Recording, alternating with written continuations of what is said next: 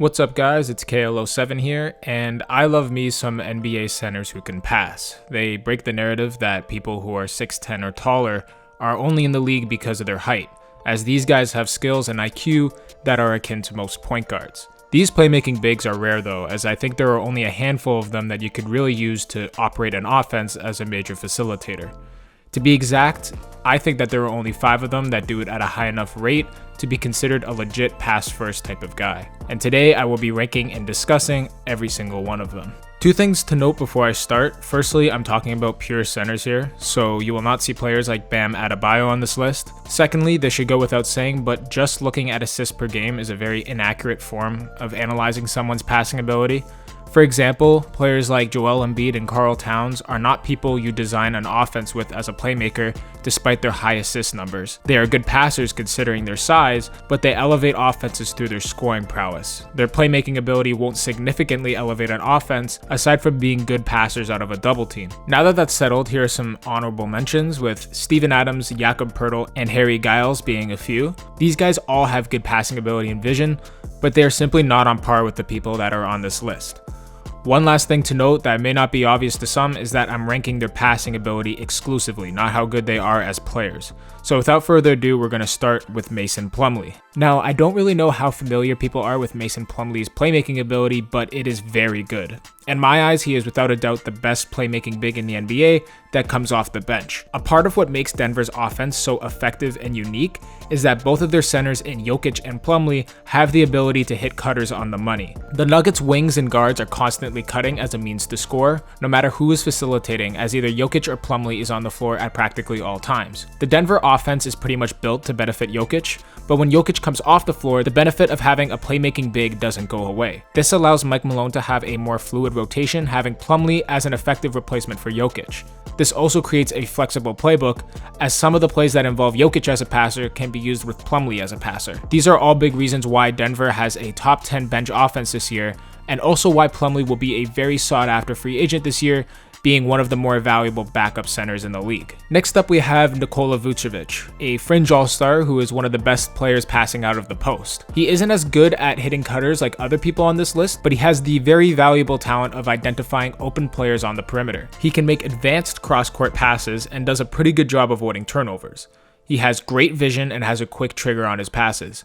This makes him the last person you want to send a double team at, as he will usually identify who the open man is before the double team even gets to him. Orlando is 19th in 3-point attempts and 25th in 3-point percentage, so his ability as a playmaker is limited. As I said earlier, his best skill is the ability to find open players on the perimeter. That's not to say he doesn't do a good job passing to the interior, as he's fully capable, but you don't see him try it as often, as he's a very conservative passer. He recognizes that he doesn't have the ability that the other guys on this list have to thread needles and make extremely precise and difficult passes. Nonetheless, he makes it up with his vision and the right IQ to make winning plays. Getting into the top 3 now, Al Horford for the past few years has been a very elite playmaker, not just by the standards of big men, but by the standards of the NBA as a whole. At his peak, he was debatably the best passing big in the game, and has had great success almost everywhere that he's been. Yes, almost everywhere. Despite having regressed this season with the 76ers, Horford's playmaking ability is very valuable.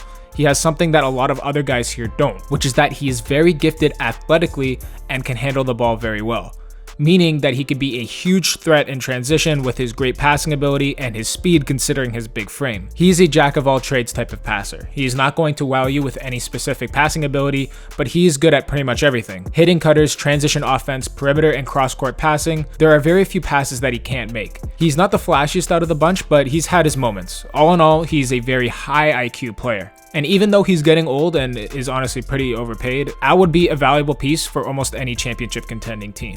Second place is a guy who I personally have a lot of love for as a Raptors fan, and his name is Marc Gasol. Marc is best known for his days in Memphis, not only as a former Defensive Player of the Year, but as an extremely talented passer. Fast forward to 2020, and an injury-prone NBA center aged 35 years old who shoots 40% from the field is normally just riding the end of the bench with the bad contract, not averaging 30 minutes per game on a team with the 3rd best record in the NBA. Considering that Marc Gasol is all of those things, it is a testament to his IQ and skill as not only a passer, but a basketball player as a whole, considering that he is still a massively important piece to the Toronto Raptors. When Kyle Lowry checks out, the Raptors need a facilitator to spark up some offense, as the guards off the bench for the Raptors aren't exactly elite playmakers. Mark almost always makes the right play. He has an abnormally low turnover rate despite him often making a lot of risky bounce and backdoor passes. He has a great instinct of recognizing gaps in the defense and throwing the ball to the cutter before they even get there. He has a quick trigger on his passes as he swiftly recognizes the open man on the perimeter. A lot of these aforementioned players are only really effective when you have them carrying some or most of the playmaking burden. But Marc Gasol, for stretches of the game, is capable of pretty much running the offense by himself. It's the reason why he's still so valuable and how the Raptors have a 78% win percentage in the games that he plays in. Alright, so for number 1, this guy is just so insane that I'm just going to sound like a broken record talking about him because he's just so good at passing. When strictly talking about passing ability, he's an anomaly, a generational talent. The best way to describe his passing ability is to pretty much take everything I said about Horford and Gasol and make them do a fusion dance. If you had no idea who Nikola Jokic was, I doubt if someone showed you this picture of him, you would not think that he's been a dark horse MVP candidate for the past 2 years, enabling the Denver Nuggets offense to be one of the best in the NBA. There is not one pass that this guy cannot make on the basketball court. He sees almost everything that is happening within the offense, and he most definitely has the passing ability to pull those passes off. I know I said that assists per game isn't always the best metric to go by, but this is a very, very relevant one. You know how I said Al Horford is good at everything when it comes to passing the ball, but nothing that will wow you?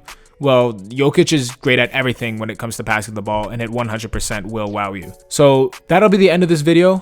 If you enjoyed it, be sure to subscribe and like, and the more support I get from you guys, the more I get encouraged to make videos like these. So as always, stay safe, and I will see you guys next time.